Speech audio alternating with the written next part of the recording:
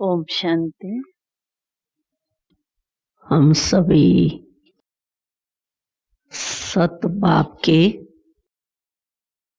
सत टीचर के और सत गुरु के बच्चे कहो या स्टूडेंट कहो या फॉलो करने वाले सतगुरु के श्रीमत पर चलने वाले, तो नाम ही है सत गुरु, सत टीचर।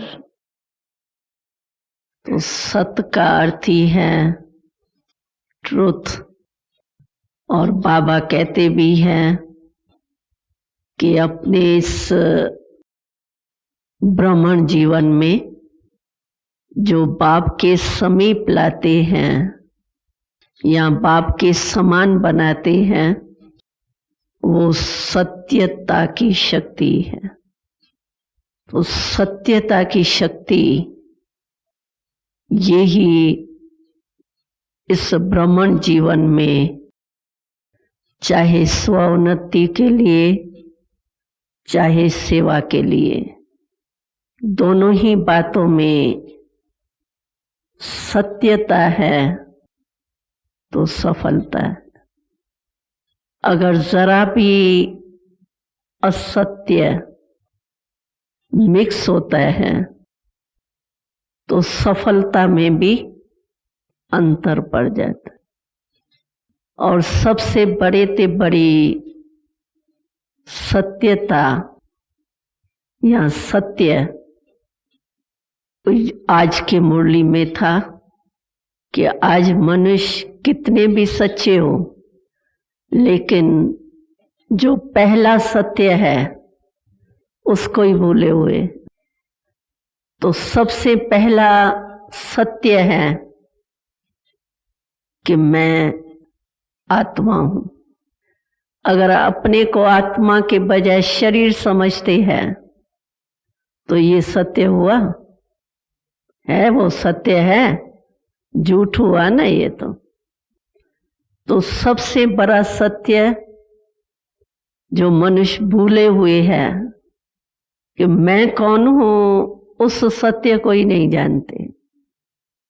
और हमने इस सत्य को जान लिया, और जब इस सत्य स्मृति में रहते हैं कि मैं आत्मा हूं, शरीर नहीं हूं, तो आत्मक स्थिति में जो भी हम संकल्प करेंगे, बोलेंगे, कर्म करेंगे, उसमें असत्य हो ही नहीं सकता। जब बॉडी कॉन्शियस में आते हैं तो बॉडी कॉन्शियसनेस है ही असत्य, क्योंकि वो मैं नहीं हूं। बॉडी तो मेरी है, मैं नहीं हूं। तो बॉडी कॉन्शियसनेस ये स्थिति ही असत्य है। तो नेचुरल है, जब फाउंडेशन अगर कच्चा होता है तो बिल्डिंग का क्या हाल होता है। इसीलिए कैरेक्टर बिल्डिंग कहते हैं।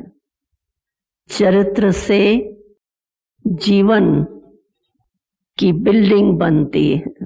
अगर चरित्र नहीं तो कुछ भी नहीं। तो सत्यता का आधार जो है वो है सोल कॉन्शियसनेस।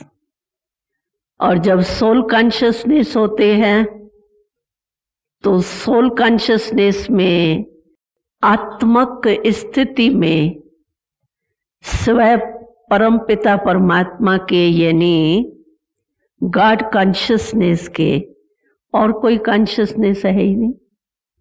आत्मा के लिए है ही क्या? परमात्मा के सिवाय और कुछ है? क्योंकि ये अगर देखा जाए तो तीन बातें बाबा कहते हैं। एक पहले देह, और दूसरा देह के संबंध, और तीसरा देह के पदार्थ। ये तीन ही बातें गिराती हैं और कुछ भी नहीं हो। तीनों में से अगर एक भी हो ना, कईयों को ऐसे होता है कि देह के संबंध में ममता नहीं रहती है, मोह नहीं रहता है, न्यारे रहते हैं। लेकिन पदार्थ, देह के जो पदार्थ हैं उसमें ज्यादा बुद्धि रहती, और कईयों की फिर पदार्थ में भी नहीं रहती, संबंध में भी नहीं रहती, लेकिन अपने देह में बहुत रहती, अपने स्वभाव के वश, अपने संस्कार के वश, अपने ही जो देह के प्राप्ति है उसी में ही बुद्धि का योग लगा हुआ होता है। तो जब सोल कॉन्शियस हो जाते हैं तो न है देह और न है देह के बाद जो संबंध और पदार्थ है, वो है ही नहीं। तो पहला सत्य का फाउंडेशन, सत्यता की शक्ति का फाउंडेशन हुआ सोल कॉन्शियसनेस। और आत्म अभिमानी बनने से नेचुरल है हम बाबा के याद में सहज ही रहते, याद करने की मेहनत नहीं करनी पड़ती है। लेकिन आत्मा के लिए और कोई है ही नहीं सिवाय परमात्मा के।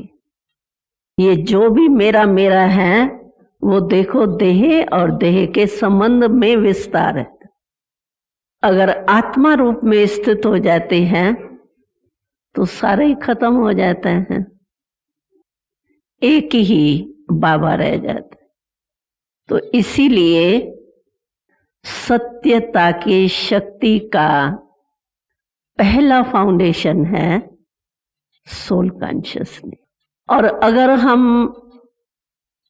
इस कॉन्शियस में रहते हैं तो ऑटोमेटिकली हमारे ऊपर दूसरे के असत्य का भी प्रभाव नहीं पड़ सकता। क्यों? कि सत्यता की शक्ति, सत्यता है रोशनी और असत्य है अंधकार। तो रोशनी के आगे अंधकार नहीं रह सकता है। सत्यता की शक्ति अगर हम देखें तो दूसरे शब्दों में पवित्रता का संबंध सत्यता से, क्योंकि जहां सत्यता होगी ना तो सत्य माना ही स्वच्छ, जो सच्चा होगा वो स्वच्छ जरूर होगा। जैसे सच्चा सोना, सच्ची चीज जो होगी उसमें मिक्स नहीं होगा तो स्वच्छ होगा। जो सच्चा सोना होता है उसमें अलय नहीं होता है, और जब अलय मिक्स होता है तो कैरेट बन जाता है, 15 कैरेट, 16 कैरेट, 22 कैरेट मिक्स हो जाता है ना।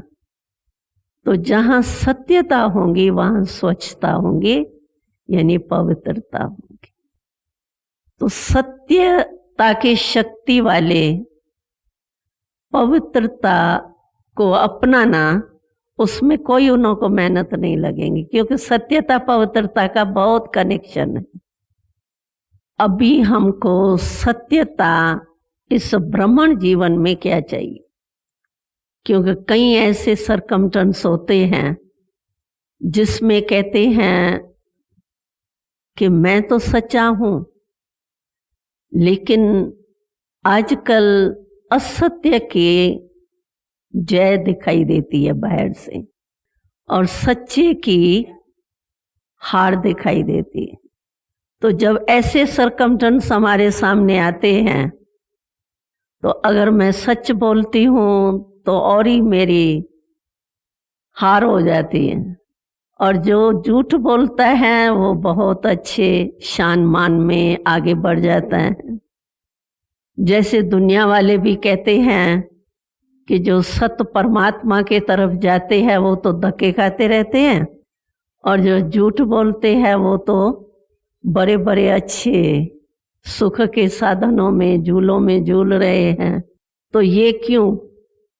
झूठ और फिर झूले में झूल रहे हैं, और सच्चे जो हैं वो भटक रहे हैं, मेहनत कर रहे हैं।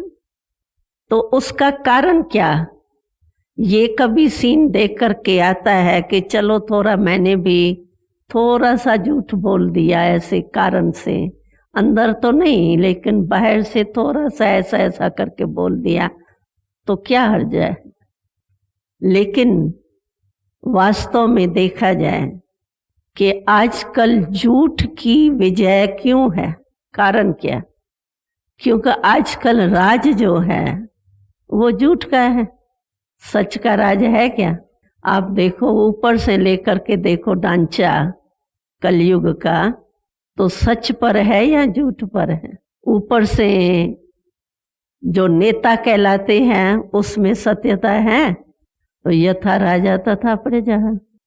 आज के दुनिया में कहेंगे कि झूठ तो झूठ सच की रति भी नहीं है, और झूठ को ही सत्य सिद्ध कर देते हैं। और जो झूठ सिद्ध करने वाले होते हैं ना, वो बहुत होशियार होते हैं, और जो सच्चे होते हैं ना वो भोले भाले होते हैं। तो जो सच्चे साफ दिल वाले होते हैं ना, और वो झूठ बोलने वाले बड़े होशियार होते हैं ना, इसीलिए वो सत्य दब जाता है और झूठ उस समय बहुत अच्छे रूप में दिखाई देता है। लेकिन वास्तव में झूठ का राज होने के कारण झूठ बोलने वालों को, क्योंकि जिसका राज होगा उसको थोड़ा बहुत तो सुख मिलेगा ना। कलयुग में है ही झूठ खंड, झूठ का राज, तो सुख मिलता है उन्हों को। लेकिन ये सुख क्या होता है? मानो झूठ बोलने वाला अपने को उस समय मान में, शान में आगे भी कर देता है, लेकिन वो थोड़े समय का होता है, सदा नहीं चल सकता है। हमारा जो सत्यता की शक्ति है, वो सत्यता की शक्ति से जो प्राप्ति होती है वो सदा काल की होती है, और असत्य से जो प्राप्ति होती है क्योंकि झूठ का राज है। लेकिन ये राज कितने समय तक है? जाने वाला ही है ना, कि रहने वाला है? जाने वाला है। तो जब झूठ खंड ही खत्म होने वाला है, तो झूठे कहाँ जाएंगे? रहेंगे या जाएंगे? तो अल्प काल के लिए समझो वो झूले में झूल रहे हैं, झूठ वाले बहुत मौज मना रहे हैं, लेकिन वो अल्प काल के झूले में झूल रहे हैं, और सत्यता के शक्ति वाले किस में झूलते हैं? उन्हों के लिए कौन सा झूला है? अति इंद्रिय सुख का झूला। तो अति इंद्रिय सुख का झूला और ये थोड़े टाइम का झूला, कितना फर्क है। और दूसरी बात, तो अति इंद्रिय सुख का झूला अच्छा या सोने चांदी का झूला अच्छा? अति इंद्रिय सुख का ना, वो अविनाशी है और वो विनाशी। और दूसरी बात आप देखेंगे कि जो असत्य होता है ना, झूठ होता है ना, वो बाहर से भले कितने भी होशियारी से अपने को ठीक रखे, लेकिन दिल जरूर खाती है। उसके दिल में खुशी नहीं होगी, दिल में वो पाप जो है ना वो खाता रहता है। और जो सच्चा होगा उसकी दिल में खुशी होगी। बाहर से भले वो बेचारा भोला बाला होने के कारण दब भी जाए, लेकिन अंदर उनके निश्चिंत तो होगा ना, क्योंकि झूठ तो पाप है ना, और सत्य जो है वो पुण्य है, वो सुकर्म है, वो विक्रम है। तो विक्रम का दंड धर्मराजपुरी में मिलेगा, वो तो पीछे मिलेगा। लेकिन वर्तमान उस समय भी मिलता है। जो झूठ बोलने वाला है ना, उसका उस समय तो वो जोश में होता है ना, होश नहीं होता है। उस समय वो बहुत अपने को बाहर रीति से ऐसा ही बनाएगा जैसे सचमुच है, जीवन तो इसी की है। लेकिन जब होश आ जाता है, जोश समाप्त हो जाता है और अपने समझ में आ जाता है, तो फिर दिल जरूर खाती। झूठ वाला चाहे कुछ आत्माओं के आगे मान शान में आ भी जाता है, कितना अच्छा है, कितना होशियार है, हाँ? उसके लिए मान भी मिल जाता है, उसको शान भी मिल जाता है। लेकिन वो आत्माओं द्वारा मान शान मिल सकता है, परमात्मा द्वारा मिलेगा तो सच्चा जो होगा उसको आत्माओं द्वारा नहीं, लेकिन परमात्मा द्वारा तो सदा के काल के लिए मान और शान मिलता है।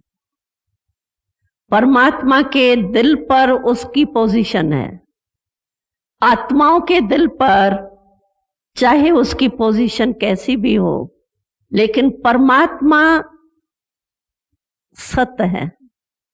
इसलिए कहते ही है गॉड इज ट्रुथ या ट्रुथ इज गॉड। परमात्मा ही सत्य है, सत्य ही परमात्मा।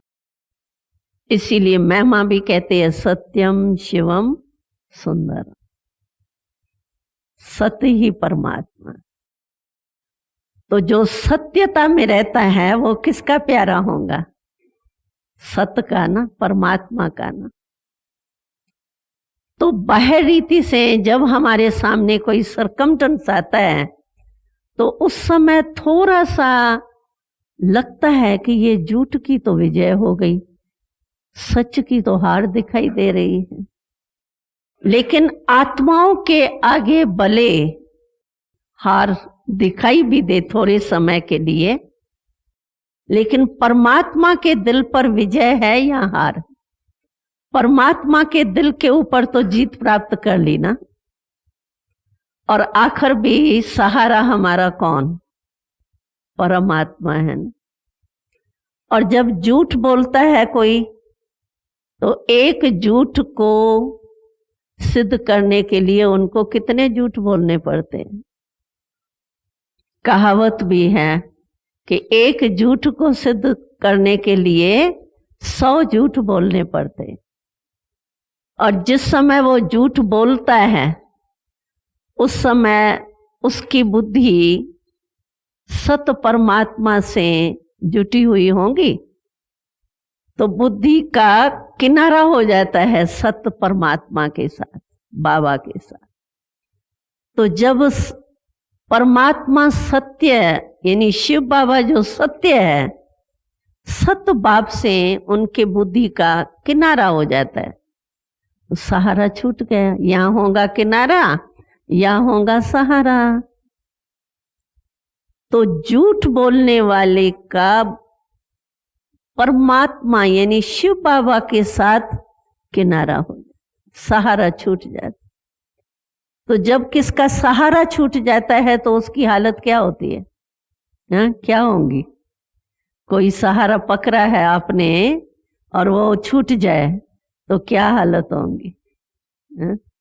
गिरेंगे ना, चोट लगेंगी ना। तो जब झूठ कोई बोलता है या झूठ का सहारा लेता है तो आप सोचो कि सत्य परमात्मा से जब किनारा हो गया, सहारा छूट गया, तो कहां तक वो टिकेगा? फाउंडेशन खत्म हो गया ना। तो फाउंडेशन जब खत्म हो जाता है, कमजोर हो जाता है, तो उसकी हालत क्या होगी? हिलेगा ना। तो सत्यता वाले को ये फख्र होना चाहिए, घबराना नहीं चाहिए, क्योंकि हर एक के सामने ये परिस्थितियां आती है। झूठ बोलने वाले बातें बना करके आपको डाउन करेंगे, चलो दादी दीदी को भी जाके झूठ सुना देवे, लेकिन शिव बाबा को तो नहीं बदल सकते ना। हाँ? उसको बदल सकते हैं। और शिव बाबा का सहारा अगर हमारे अंदर है तो बस वही तो सहारा काम में आने वाला है ना। कितने भी सहारे हो, शमशान तक भी मनुष्य कहते हैं कि जब अर्थी जाती है तो 4-6 कंधा लगा के चिता तक तो पहुंचा देते हैं, लेकिन उसके आगे कौन जाता? चलो आप लोगों में बॉक्स बना करके खड्डे में रख देते हैं, पता नहीं क्या कुछ करते हैं, तो भी चलो बॉक्स को उठा करके खड्डे में रखा। आत्मा के साथ कौन गया? उसके साथ तो कोई 4-6 लोग नहीं जाएंगे ना, वो तो यहां तक ही पूरा हुआ ना, बॉडी तक। तो आत्मा का सहारा कौन? शिव बाबा ना। और शिव बाबा सत्य है, तो वो सहारा किसको देगा, सत्य को या झूठ को? तो अगर हमारे में सत्यता की शक्ति है तो हम आर्टिफिशियल झूठ के पंप शो को देख करके कभी भी घबराएंगे नहीं, क्योंकि झूठ का पंप शो होता है। अभी देखो झूठी ज्वेलरी जो होती है वो कितनी चमकती है, सच्ची ज्वेलरी इतनी नहीं चमकेंगी। लेकिन आजकल झूठी ज्वेलरी कितनी, झूठी चीज पैकिंग देखो, आजकल झूठ की कितनी पंप शो है। चीज होंगी अंदर पता नहीं क्या, लेकिन पैकिंग इतनी शोई करते हैं। जो होता वास्तव में जैसी चीज है वैसी पैकिंग नहीं होती है, चीज और ही घटिया होती है और पैकिंग बहुत बढ़िया होती है। तो आज झूठ का टाइम है, राज है, तो झूठ की चमक देखो कितनी है और सत्य की चमक जो होंगी वो कम होंगी। लेकिन मूल्य किसका? मूल्यवान कौन? सच्चा या झूठा? कौन? सभी सुन रहे हैं ध्यान से या थोड़ा सा टाइम ऐसा है? सुन रहे हैं सभी? तो इसीलिए हम लोगों को क्या होना चाहिए? अपने सत्यता पर अटल रहना चाहिए। ये समझना चाहिए कि ये आर्टिफिशियल पंप शो, लेकिन मूल्य नहीं है इसका। कोई भी झूठी चीज शोई चीज होंगी। अच्छा पैकिंग ही देखो, अभी पैकिंग को आप क्या करेंगे? रख देंगे कि वेस्ट पेपर बॉक्स में डाल देंगे चीज निकाल के? आजकल तो हमने देखा फॉरेन में ज्यादा कचरा होता ही है पैकिंग का। ज्यादा डस्टबिन जो बढ़ता है वो किसे? पैकिंग से। तो इसीलिए हमको समझना चाहिए कि मूल्य नहीं है इसका। मूल्य अस्थाई होता है और बाहर का शो टेम्पररी। तो असत्य की जो शक्ति होती है ना, वो समझो आर्टिफिशियल पंप शो, और सत्यता की शक्ति जो है वो सदाकाल, वो मूल्यवान है। क्योंकि मूल्य की चीज देखो, कोई भी टाइम सोने को आप बेचने जाओ तो फिर भी आपको मिलेगा, चांदी को बेचने जाओ कुछ मिलेगा, और आर्टिफिशियल ज्वेलरी को बेचने जाओ तो मिलेगा कुछ?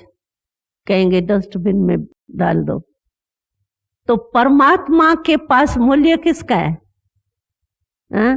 सत्य का।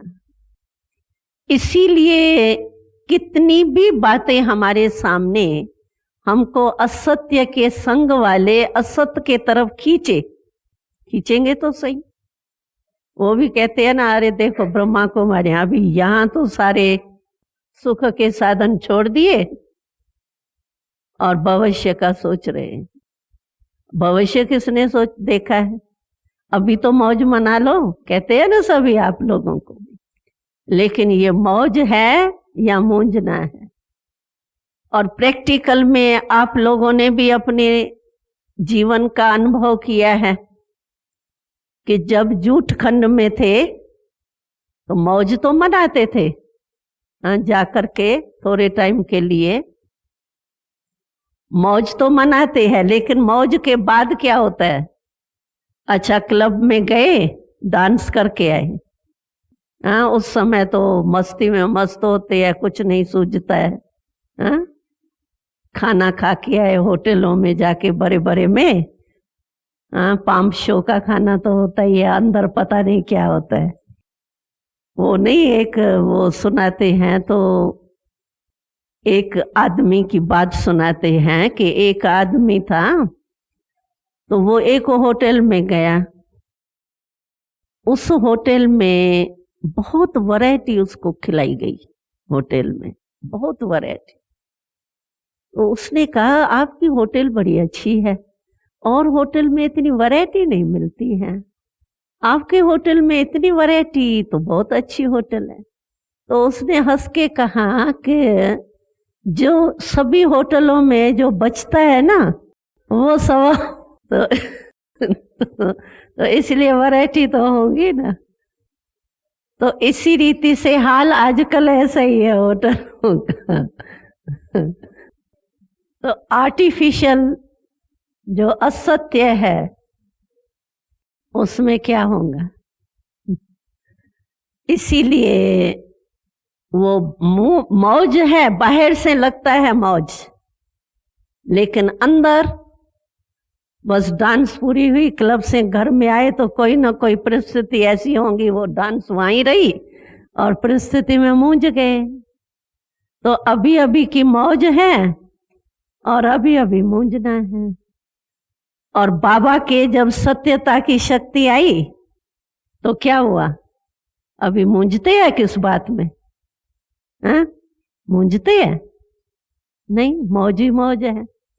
अगर कोई भी बात आए और बाबा के ऊपर दे दो, बाबा आप जानो, आपका काम जाने, दिल से, ऐसे नहीं मतलब के टाइम कहो बाबा अभी आप आओ, नहीं फिर तो आएगा नहीं। ऐसे भी करते हैं ना, वैसे अपने मौज में रहेंगे, जब मूंझेंगे ना उस समय बाबा को याद करेंगे, हे भगवान अभी सहारा दो। नहीं ऐसे नहीं। तो ऐसे तो बाबा कहते हैं मतलब के योगी जो है ना उसको मैं सहारा नहीं देता हूं। जो दिल से प्यार से याद करता है और जो मतलब से याद करता है तो चलो फिर भी थोड़ा बहुत तो दे देता हूं क्योंकि बाप है, लेकिन सदा नहीं देगा। तो कई ऐसे कहते हैं कि मैं जब भी कोई परिस्थिति आती है बाबा के कमरे में जाती हूँ, बाबा के आगे बहुत बातें करती हूँ, रूह ध्यान करती हूँ, बाबा ऐसा हो गया ऐसा हो गया, बाबा मेरा सुनता ही नहीं, पता नहीं मेरे को जवाब देता ही नहीं है, और कहते हैं मेरे को जवाब दिया बात की, मेरे से बाबा बात ही नहीं करता। क्यों नहीं बात करता? बाबा तो सबके लिए है ना, किसको जवाब देता है, किसको मदद देता है, किसको नहीं देता है, तो बाबा थोड़ी पास खातरी करने वाला है। बाबा के कोई सिकिल दे, कोई एक किलो दे तो नहीं है ना, बाबा के तो सभी सिकिल दे। लेकिन क्यों नहीं बाबा का जवाब मिलता, क्यों नहीं बाबा का समय पर सहारा मिलता? उसका कारण क्या होता है? क्योंकि अगर बीच में थोड़ा भी स्वार्थ होता है ना, स्वार्थ से बाबा को याद किया, मदद चाहिए और मदद चाहिए स्वार्थ के रीति से बाबा को सहारा मांगा तो बाबा नहीं देगा। वाह सच्ची दिल से नहीं, मतलब से याद किया, जब मतलब पड़ा तो बाबा को याद किया, बाकी तो अपने मजे में चल रहे हैं। और बाबा का है मुझे सदा याद करो, और हम मतलब से कभी कभी याद करेंगे तो बाबा क्यों सुनेगा, क्यों सहारा देगा? फिर बाबा भी मजा चखाता है, बाबा कहते हैं चलो अभी अपने आप चल के देख लिया ना, अभी भी देख लो, अभी क्यों मैं मदद करूं। उस समय जब मजे में थे तो उस समय अपने मजे में रहे, अभी जब मूंझते हो तो कहते हो मैं मदद करूं, क्यों, अभी भी करके देखो, कर सकती हो। तो बाबा इसी के कारण जवाब भी नहीं देते, जो बात करते हैं उसका उत्तर भी नहीं मिलता, या समय पर सहारा नहीं मिलता। अगर हम सदा ही बाबा के साथ रहें और सदा ही बाबा को जो भी कुछ मूंझते तब है जब बुद्धि में कोई बोझ आता है, नहीं तो नहीं मूंझते। मूंझने की बात हमारे बुद्धि को क्या करती है, भारी कर देती है ना। और जब बुद्धि भारी होती है ना तब कहते हैं बाबा अभी तो बहुत थक गए, बहुत भारी हो। तो बाबा कहते हैं अभी उठाओ बोझ, अभी भी उठाओ ना, क्यों, पहले उठाया और अभी जब थक गई तो कहती हो बाबा आए, पहले उठाया क्यों, क्योंकि बाबा ने तो मना की है, बोझ रखो ही नहीं ना। बाबा ने खुद ऑफर किया है कि मैं तुम्हारे सारे बोझ उठाने के लिए आया हूं।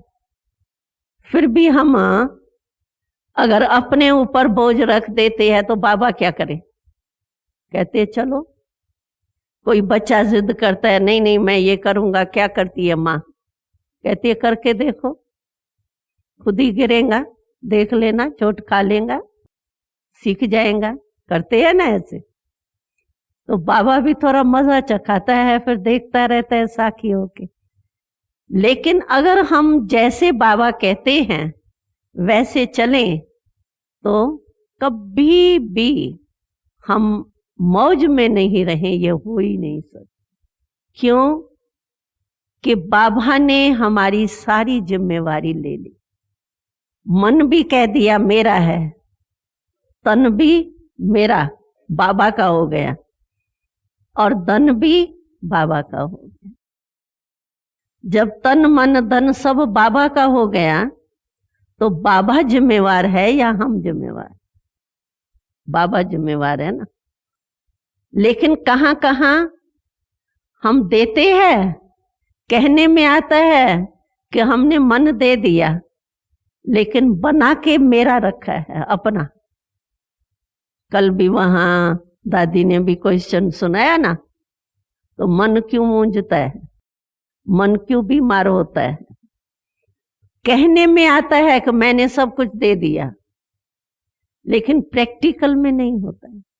इसीलिए देखो कभी भी कोई अवस्था नीचे ऊपर होती है ना, तो आप देखो भाषा क्या निकलती है, कहती है दादी आज हमारा मन जो है ना, मेरा मन कहेंगे, हमारा मन, मेरा मन जो है ना वो बहुत उदास है। नहीं कहेंगे बाबा का मन, मेरा मन, मेरा मन, आज मेरी अवस्था ठीक नहीं है, आज मेरी खुशी गुम हो गई है। अरे मेरा मेरा आया कहां से?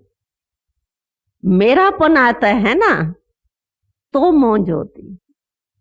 अगर बाबा के हवाले हमने कर दिया तो बाबा जिम्मेवार नहीं हो, ये हो ही नहीं सकता। कभी भी देखो होपलेस केस तो आखिर कहां जाते हैं?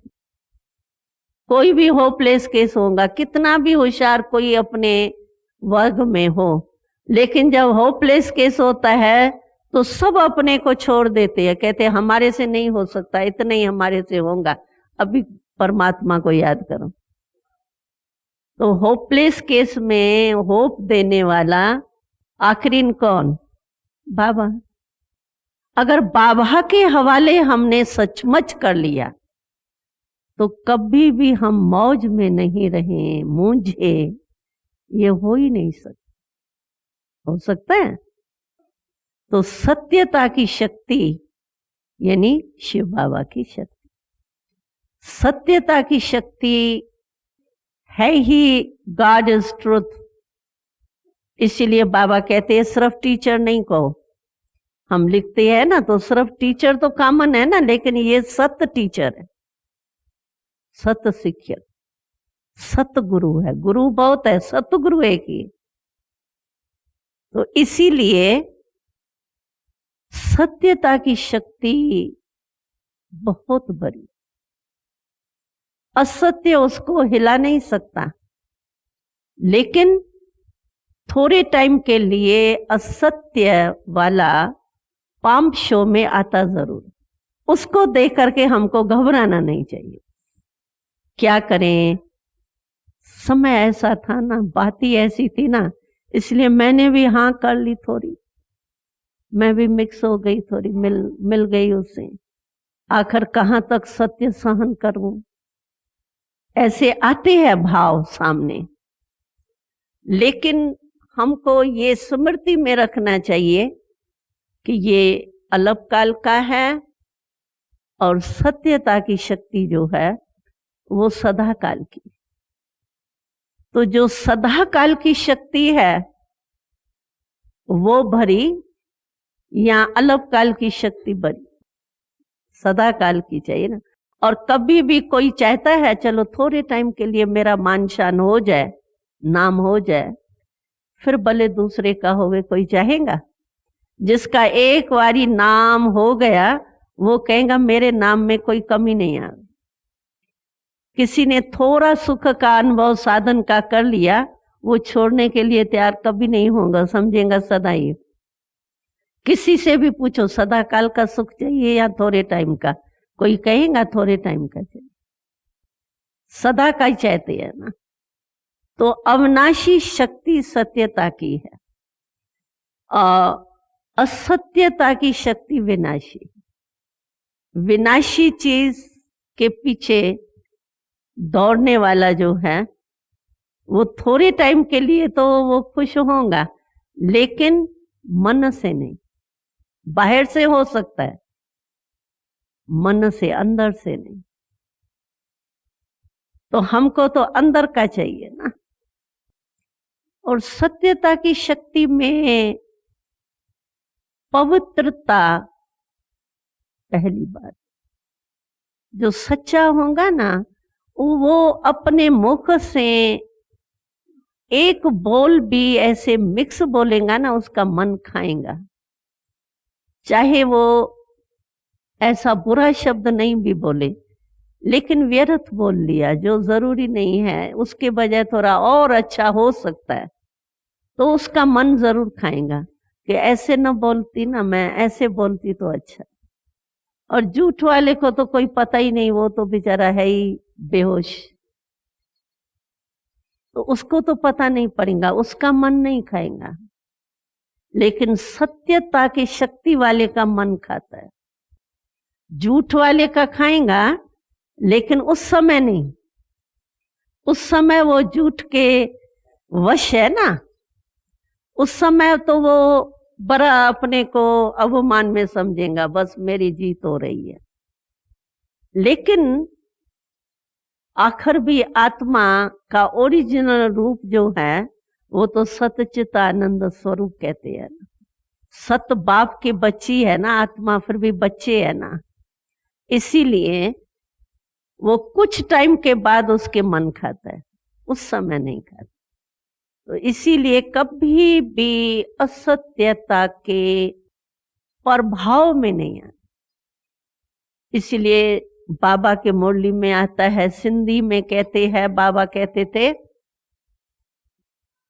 सुना रहे थे कि बाबा के मुरली में आता है, सिंधी भाषा में बाबा सुनाते थे, तो सच तो बीठो नच, अर्थात जो सत्य वाला होता है वो सदा खुशी में नाचता रहता, क्योंकि सच्चे की मन नहीं खाएगा ना। मन खाता है माना बोझ मन में फील होगा, तो भारी चीज कभी भी भारी होगा तो नाचेगा नहीं, हल्का जो होगा वो नाचेगा। तो इसीलिए बाबा कहते थे जो सच्चा होगा ना वो सदा दिल में नाचता रहेगा।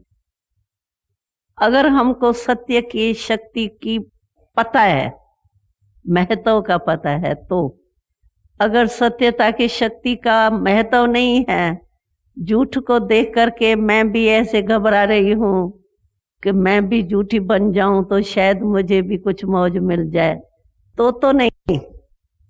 तो सच्ची दिल वाले को ये वरदान है, सत्यता वाले को ये वरदान है कि सदा साहेब यानी शिव बाबा उसके ऊपर राजी रहे।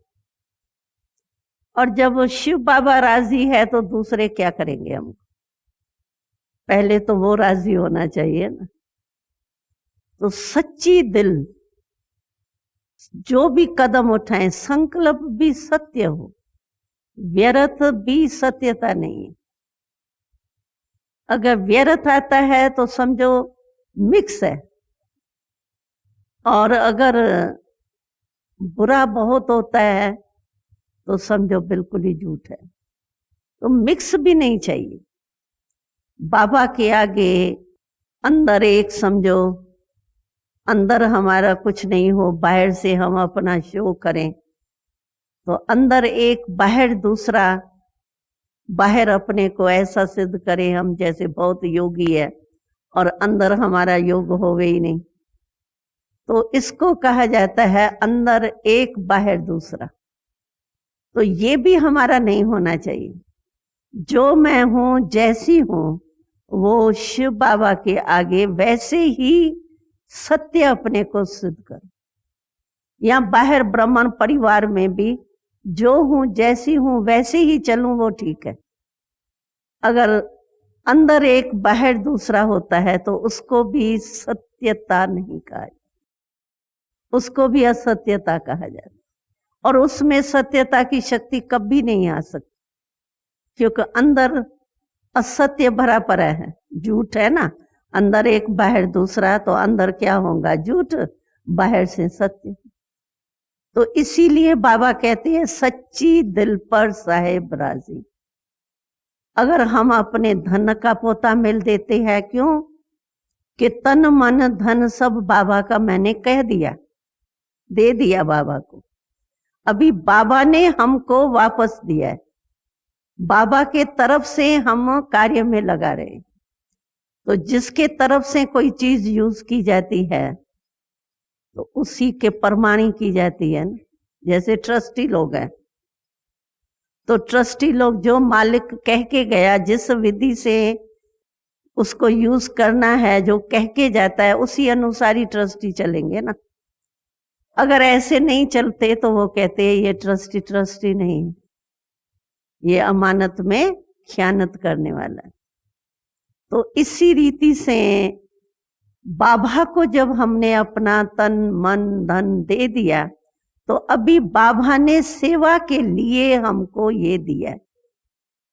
बाबा ने ऐसे नहीं दिया है तो तुम अलग काल के साधनों में मस्त हो करना मन को, नहीं।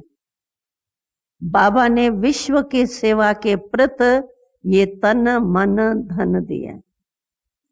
अगर मानो आप अपनी कमाई कमा रहे हो, कोई यज्ञ से भंडारी से नहीं लेते हो, लेकिन अपने पे लेते हो, काम करते हो और पे लेते हो, लेकिन आप ये लौकिक जाप भी किसके डायरेक्शन से कर रही?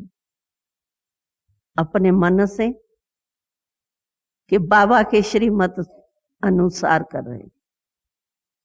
कैसे करते हो? हाँ, श्रीमत के आधार से या मन मत से? श्रीमत से ना।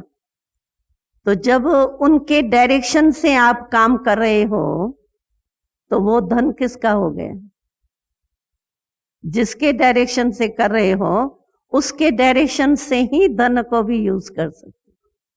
समझो खाना खाते हो आप तो कहेंगे मैं तो बाजार से खुद खरीद करके लाती हूँ, कोई सेंटर का थोड़े खाती हूँ। कोई भंडारी से पैसा निकले और उससे खरीद थोड़ी करती हूँ। अपनी मेहनत से बनाती हूँ, अपने कमाई के पैसे से बनाती हूँ। लेकिन वो अन्न आया किससे? उसी पैसे से आया ना। और वो पैसे का डायरेक्शन कमाने का आपको बाबा ने दिया, तो वो भी तो बाबा का ही हो गया ना। तो कभी भी ये नहीं कहो तो भाई हम कोई अपने कमाई का खाते हैं, हम ब्रह्मा भोजन ही खाते। चाहे अपने घर में बनाते हो, चाहे सेंटर पर खाते हो, चाहे मधुबन में खाते हो, लेकिन अपने घर में भी ब्रह्मा भोजन खाते हो। बाप दादा के डायरेक्शन पर चलते हो तो ब्रह्मा बाबा ने आपको डायरेक्शन दिया तो ब्रह्मा भोजन हो गया ना। तो हम खाते यही हमारी देखो लक है हमारा, जो हम खाना नहीं खाते, हम प्रसादी खाते हैं हमेशा। और प्रसाद का कितना महत्व होता है।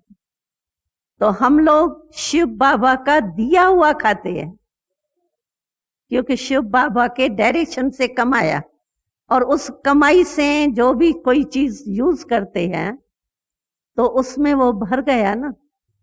प्रसाद भी कैसे बनता है, मूर्ति के आगे रखते हैं, बनाने वाले तो खुद ही होते हैं ना, लेकिन मूर्ति को स्वीकार कराते हैं, और मूर्ति के आगे स्वीकार हो जाता है, वो प्रसाद हो जाता है। और क्या होता है, हलवा तो वही होता है ना, बनाने वाले भी वही होते हैं, लेकिन वो हलवा प्रसाद क्यों हो गया? क्यों कि देवता के आगे या परमात्मा के आगे स्वीकार करा दिया, उसको अर्पण कर दिया, तो वो प्रसाद हो गया। और हम लोगों का तो नियम ही है, जब भी खाना बनाते हैं तो पहले क्या करते हैं, पहले भोग लगाते हैं ना बाबा को, कि नहीं जल्दी जल्दी में खा लेते हैं। हाँ?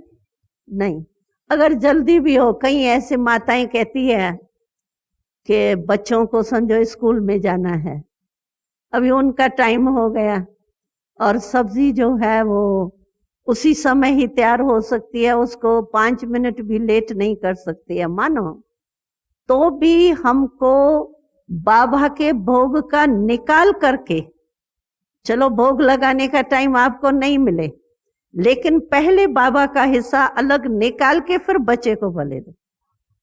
पहले बाबा का जरूर हिस्सा नहीं, उसमें तो टाइम नहीं लगता है ना। एक करछी से बाबा का निकालो, दूसरी करछी बच्चे को दे दो, उसमें तो टाइम नहीं लगेगा ना। या कई बार ऐसे होता है बहुत देरी होती है, लेकिन फिर भी अगर थाली में भी और कुछ नहीं तो थाली में भी विधि प्रमाण आप भोग लगा के खाते हो, तो भी बाबा को ऑफर किया तो प्रसाद हो। वैसे होता नहीं है, ऐसे कभी कभी की बात कोई इमरजेंसी हो, लेकिन हम खाते ही प्रसाद है, क्योंकि जो भी हम खाते हैं वो पहले एक तो शिव बाबा का दिया हुआ ही है, और दूसरा फिर पहले जिसने दिया उसको जरूर स्वीकार कराया जाता है। ये स्नेह होता है, कोई कोई चीज देता है तो हम समझते हैं इसको भी रिटर्न दें, ऐसे ही नहीं लेके रख दें, होता है ना ये। तो देने वाले दाता को स्वीकार तो कराना चाहिए ना। तो हम तो बड़े लकी है जो हम खाते ही प्रसाद, खाते ही ब्रह्मा भोजन, और अन्न का मन पर प्रभाव तो पड़ता ही है ना। और हमारा मन तो वैसे ही बाबा को दे दिया, और बाबा का दिया हुआ यूज कर रही हूं, ये स्मृति अगर हमको है, बहुत अवस्था अच्छी रहेगी। कभी मन नीचे ऊपर नहीं होगा, उड़ेगा जरूर, आगे उड़ेगा तेज रफ्तार से, नीचे नहीं जाएंगे, क्योंकि ये मेरापन जो है ना, वो ही मन को मैला करता है। मेरा मन, मेरा नाम नहीं, मेरा शान नहीं, मेरे को कोई पूछता नहीं। इतनी सेवा करते, इतना कुछ करते, फिर भी कोई देखता ही नहीं, पूछता ही नहीं, पानी भी नहीं पिलाता कुछ। ये मेरापन आ जाता है ना तो मैला कर देता है। एक बारी बाबा ने बहुत अच्छी बात सुनाई।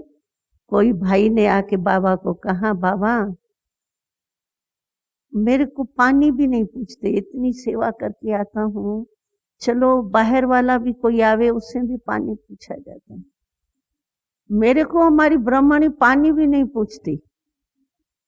तो बाबा ने कहा, मैं पूछ लेता हूँ ना तुमको। अरे भगवान ने तुमको पूछ लिया, ब्रह्मणी ने नहीं पूछा तो क्या बड़ी बात है, भगवान ने तो तुमको पूछ लिया। जो भगवान के दिल पर है वो सबके दिल पर आपे ही होंगे, आज नहीं तो कल। सत्यता की विजय है ये। थोड़ा सा सत्यता वाले को सहन जरूर करना पड़ता है, क्योंकि झूठ का राज। अभी कांग्रेस का राज है, तो चाहे कितने भी अच्छी बातें दूसरी पार्टी करेंगी, लेकिन मानना किसको पड़ेगा? कांग्रेस को ही मानना पड़ेगा। राज है ना उनका, तो झूठ का राज है, इसलिए थोड़ा सा सत्य वाले को सहन जरूर करना पड़ेगा। लेकिन वो सहन मजबूरी से नहीं करना। कई ऐसे है सहन भी करेंगे, कहेंगे क्या करें, करना ही पड़ता है, मरना ही पड़ता है। अरे मजबूर होके क्यों मरती हो, खुशी से मरो। अगर मरना ही है तो खुशी खुशी से मरो, मजबूर होके क्यों मरते हो। तो सहन भी अगर करते हो तो खुशी से करो। अच्छा, सहन करने में ये जरूर है कि कुछ सुनना भी पड़ता है। झूठ वाला थोड़ा सा ऊंचा भी दिखाई देता है, सत्य वाला थोड़ा नीचे दबा हुआ दिखाई देता है। सहन करने वाले का उस समय तो हार लगती है, लेकिन है वास्तव में जीत। हार में भी जीत है, क्यों कि उसने सहन शक्ति से और बातों को तो खत्म कर दिया, विजय तो प्राप्त कर ली ना। तो मम्मा ने एक बारी बहुत अच्छी बात सुनाई थी, तो मम्मा के आगे ऐसे ही जाके किसने कहा, तो मम्मा मजबूरी नहीं कहा मम्मा क्या करें, बहुत सहन करना पड़ता है। जब से मैं आई हूं तो ये सभी का सहन मैं ही करूं, मुझे ही सहन करना है, और भी तो कुछ करे ना। मैं ही बस वो नहीं इंडिया में कहते हैं मैं ही बलि का बकरा बनूं क्या, दूसरे भी तो बने। तो मम्मा के आगे कहा, तो मम्मा ने कहा सहन भी किया, और सहन करने के बाद तुम ऐसे सहन का बात कर रही हो जैसे पता नहीं कोई दवाई खा के आई हो। अरे सहन से शक्ति बढ़ती है। अगर सहन किया तो तुमने उस आत्मा के कारण सहन किया या शिव बाबा के कारण सहन किया। सामने तो दिखाई ऐसे देता है ना, इसके कारण चलो मेरे को कहती है तो मैं ही सहन कर लेती हूँ। देखने में वो व्यक्ति आती है, लेकिन हम व्यक्ति के कारण सहन नहीं कर रहे, हम सहन कर रहे हैं शिव बाबा की श्रीमत है, आज्ञा है कि तुम सहनशील बनो।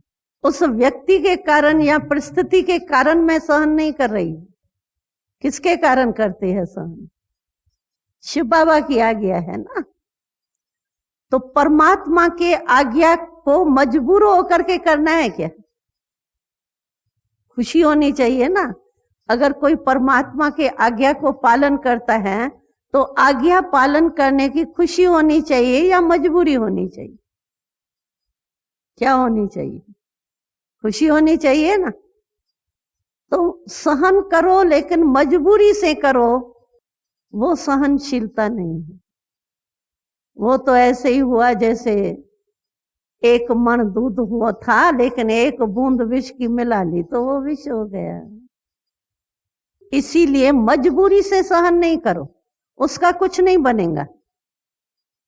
सहन भी करेंगे और बनेगा कुछ भी नहीं। लेकिन हम सहन कर रहे हैं बाबा की आज्ञा के कारण सहन कर रहे हैं। तो आज्ञाकारी बनने की, आज्ञाकारी को कितनी दुआएं मिलती है मन ही मन में। अगर कोई माँ बाप की, रवाजी माँ बाप की भी आज्ञा मानता है तो आज्ञाकारी के ऊपर कितनी दुआएं होती है माँ बाप की, बड़ों की। तो मैंने बाबा की आज्ञा मानी है तो बाबा की दुआएं मेरे साथ है, इसलिए मजबूर होके सहन नहीं कर, आज्ञाकारी के रूप से सहन बले कर। फिर आपको ये लगेगा नहीं 10 बारी मैंने सहन किया है, 10 बारी मैंने किया तो एक बारी तो वो भी करे ना। फिर ये दिखाई देगा। अगर मजबूरी से किया ना तो 10 बारी तो मजबूरी से कर लेंगी, 11वां बारी वो जैसे गैस में गुब्बारा बढ़ जाता है ना, तो फटेगा जरूर, वो फिर नहीं टिकेगा, फिर फटेगा तो पूरा ही फटेगा। इसीलिए मजबूरी से सहन नहीं करो, प्यार से। बाबा की आज्ञा है। आज्ञाकारी को जो अंदर ही अंदर दुआएं मिलती है ना, वो कम नहीं होती है। हमने देखा है, अगर बाबा ने आज्ञा की, कोई छोटी से हम लोग तो बाबा के साथ रहे हैं ना, तो बाबा ने कोई छोटा सा स्थूल काम भी कहा, मेरा काम नहीं, ड्यूटी नहीं है, लेकिन बाबा ने मेरे को हुज्जत रख करके स्नेह से कोई स्थूल काम भी कहा और मैंने वो किया, बाबा की आज्ञा को पालन किया, तो उसी समय ही मन में खुशी होती है। और हमने देखा उसका रिटर्न बाबा से बहुत बहुत दुआएं मिली। चाहे आप स्थूल काम भी आज्ञाकारी बन करके देखो, बड़ों की आज्ञा है और बड़ों की आज्ञा को खुशी खुशी से आप करके देखो, उसी समय आपको प्रत्यक्ष फल मिलेगा। अंदर की जो दिल की खुशी होती है ना, वो जैसे एक खुशी की खान खुल जाती है ना, जैसे थोड़े टाइम की नहीं होती है, लेकिन अंदर की वो खान जैसे कोई निकलती रहेंगी खान से, ऐसी खुशी दुआएं के रूप में मिलती है। लेकिन उसको मिलेंगी जो मजबूर होके नहीं है। आज्ञाकारी बन के करो, वो उसको सहन कर रही हूं ये लगेगा ही नहीं, वो तो कहेंगे अरे जीत प्राप्त हो गई, बाबा की आज्ञा है सहनशील बनो, और मैंने बन के दिखाया, वाह विजयी बन गई। तो विजयी की खुशी होगी ना उसको, मजबूरी तो नहीं होगी। लेकिन मेजॉरिटी देखा जाता है सहन भी करेंगे लेकिन मजबूरी से, उसका बनता कुछ नहीं। लेकिन अगर खुशी खुशी से करो तो बहुत दुआएं मिलती है। और आजकल तो हमने देखा है, अगर खुद खुश रहो और दूसरे को खुशी दो, चलो मुझे कुछ सहन भी करना पड़ा लेकिन मैंने दूसरे को खुशी दी, तो उसकी खुशी की दुआएं अपने पास जरूर पहुंचती। ये एक सूक्ष्म नियम है। दूसरे को खुशी देना माना अपने खुशी को बढ़ाना। खुशी को बढ़ाने की बाबा ने एक बारी क्वेश्चन पूछा था कि खुशी को बढ़ाने की विधि क्या है, तो बाबा ने कहा बांटना अर्थात बढ़ाना। जितना बांटेंगे उतनी बढ़ेंगे, जितना संभाल के रखेंगे ना, मेरे पास ही रहे दूसरे को क्या दूं, उतनी कम होती जाएंगी। यूज करना, ये यूज करने की चीज है। यूज करते जाओ बढ़ते जाएंगे। कोई स्थूल चीज तो नहीं है ये जो दे दिया तो 8 से 7 हो जाएंगे, नहीं, ये बढ़ती जाएंगी। तो समझा क्या करना है, हा?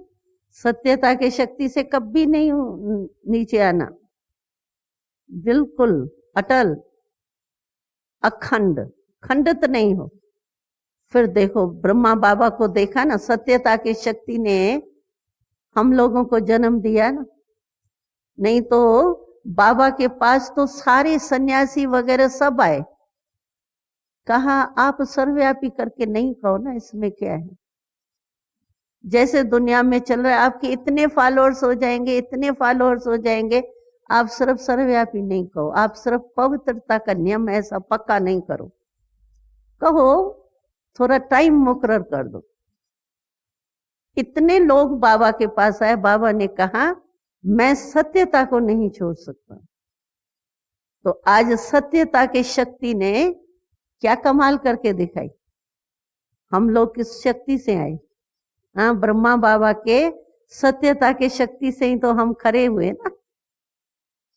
तो जब ब्रह्मा बाबा इतना अटल रहा, कई बाबा के पास आए, बस थोड़ा इसको हल्का करो ना, हम सारी जायदाद आपके यज्ञ में लगा देंगे। बाबा ने कहा ऐसा धन यज्ञ में लगना ही नहीं। दाल रोटी खाएंगे लेकिन आपका पैसा ऐसा यूज नहीं करेंगे। सत्यता की शक्ति है ना ये। हिला क्या बाबा, चलो पता नहीं आगे कुछ नहीं होवे, चलो थोड़ा ढीला कर देता हूँ पवित्रता के नियम को, सर्वव्यापी के चेंज ज्ञान को, हिला। तो ये सत्यता की शक्ति है ना। और सत्यता की शक्ति ने आखिर महामंडलेश्वरों को भी हिला तो दिया है? अभी दादी लास्ट में हरिद्वार में महामंडलेश्वरों ने निमंत्रण दिया था। पहले महामंडलेश्वर इंडिया के इतना नारी जाति से घृणा करते थे, अगर भाषण का भी मिलेगा ना चांस, कहाँ कोई सन्यासी साथ में होगा, कहेंगे ये हमारे गद्दी पर बैठ के भाषण नहीं कर सकते हैं, नारी जाति हमारे गद्दी पर नहीं बैठ सकती। दूसरी कोई संदली बंदली देंगे बैठने की भाषण की, उनके गद्दी पर कहते थे ये नहीं है, और अभी तो पांव पड़ते हैं। देखो ये सत्यता की शक्ति, कभी भी सत्यता की शक्ति से हिलना नहीं, ठीक है ना। अच्छा, ओम शांति।